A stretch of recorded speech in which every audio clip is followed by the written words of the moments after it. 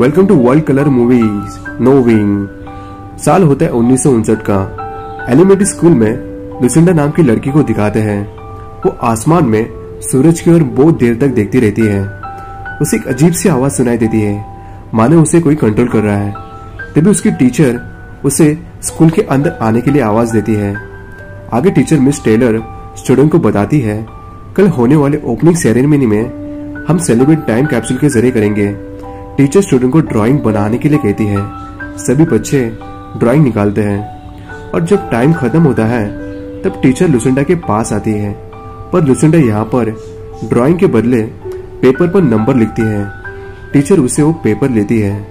सभी स्टूडेंट की ड्राइंग इस टाइम कैप्सूल में डालते हैं। टाइम कैप्सूल को आने वाले 50 साल के बाद खोला जाएगा। दूसरे दिन स्कूल की सेरेमनी का दिन होता है। टाइम कैप्सूल को जमीन के अंदर डालते हैं। सभी स्टूडेंट एंजॉय करते हैं, पर लुसिंडा एक कोने में अकेली खड़ी होती है। तभी टीचर देखती है लुसिंडा वहां नहीं है। स्कूल का स्टाफ लुसिंडा को ढूंढने में लगते हैं। टीचर टेलर को लुसिंडा दिखती है। उसके नाखूनों में खून होता है।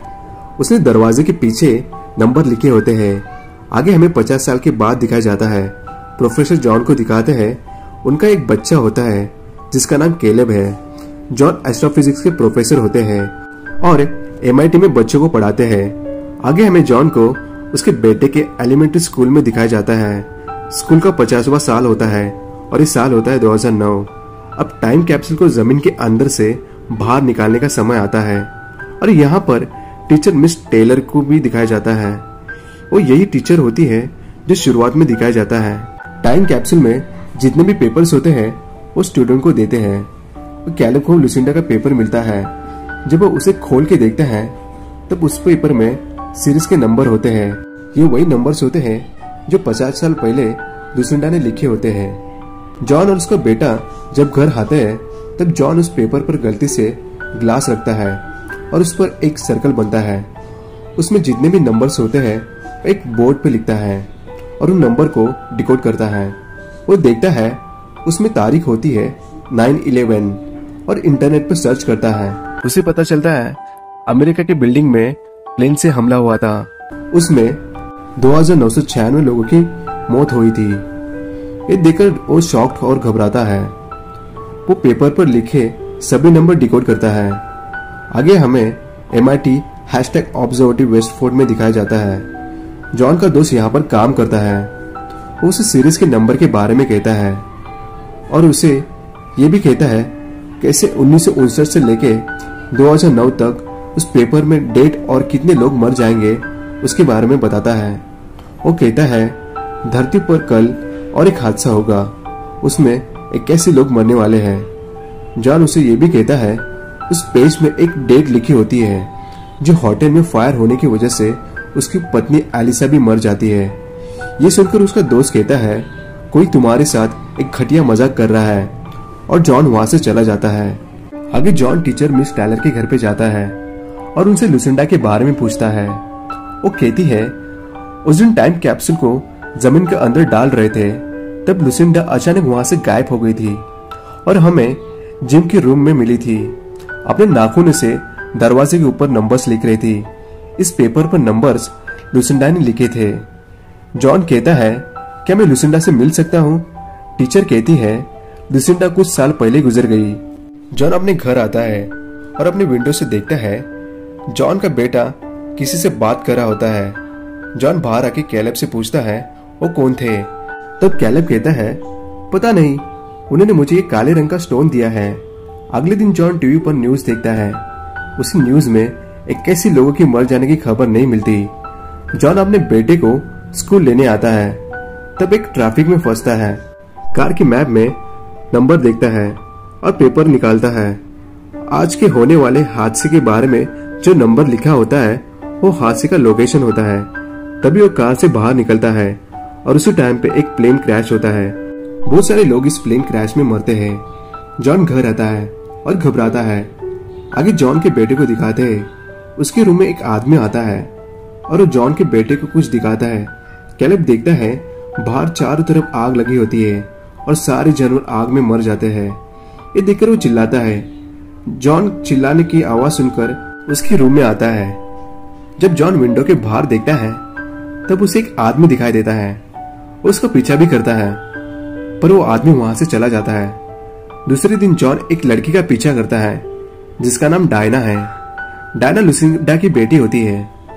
जॉन उससे बात करता है और लुसिंडा के बारे में पूछता है। पेपर पर लिखे सीरीज के नंबर के बारे में बताता है। जॉन कहता है कल एक हादसा होने वाला है और उनमें 133 लोग मर जाएंगे, पर डायना गुस्सा होके बिना हेल्प किए वहां से चली जाती है। दूसरे दिन जॉन लफायटी स्टेशन के यहाँ पर आता है। उसे एक आदमी के ऊपर शक होता है और उसका पीछा भी करता है और ट्रेन में जाता है।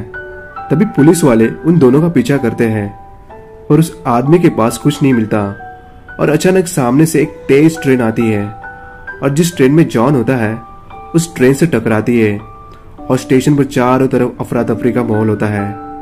इसमें बहुत सारे लोग मर जाते हैं। जॉन बच जाता है इस हादसे में और घर आ जाता है। तभी घर के बाहर डायना उसका इंतजार कर रही होती है और बताती है उसकी मॉम ने उसकी भविष्यवाणी 19 अक्टूबर को की है और वो इस तारीख को मर जाने वाली है। डायना जॉन को उसकी मॉम के घर ले जाती है और यहाँ पर कुछ ढूंढ रहे होते हैं। उन्हें यहाँ पर बेड के नीचे ब्लैक स्टोन मिलता है, वैसे ही जैसे जॉन के बेटे को उस आदमी ने दिया था। और जब जॉन उस बेड को उठाता है, बेड के नीचे एवरीवन एल्स लिखा होता है और वो लुसिंडा ने लिखा होता है। पेपर पर ई का मतलब होता है सभी लोग मरने वाले उस दिन। अचानक बाहर से कार की हॉर्न की आवाज आती है। जॉन और डायना बाहर आते हैं और बच्चे कहते हैं वो अजीब से लोग यहाँ पे आए थे और कह रहे थे तुम दोनों हमारे साथ आ सकते हो। जॉन उन लोगों का पीछा करता है। तभी वो अजीब सा आदमी अपना मुंह खोलता है और उसमें से एक तेज सी रोशनी बाहर निकलती है और जॉन की आंखों में आती है। उसे जॉन पूरी तरह ब्लैंक होता है। दूसरे दिन की सुबह एबी एक ड्राइंग बनाती है और जॉन को दिखाती है। वो समझ जाता है। वो सभी लोग MIT के वेस्टफोर्ड में चले जाते हैं। जॉन को यहाँ पे पता चलता है सूरज से कल सोलर फ्लेयर आने वाली है और धरती की ओजोन लेयर को खत्म कर देगी। उससे धरती पर सारे लोग मर जाएंगे। डायना को भी पता चल जाता है। वो जॉन से कहती है मुझे अंडरग्राउंड गुफा पता है, वहां पर हम सुरक्षित रह सकते हैं। जॉन उसकी बात को मान जाता है और ये सभी लोग घर आते हैं।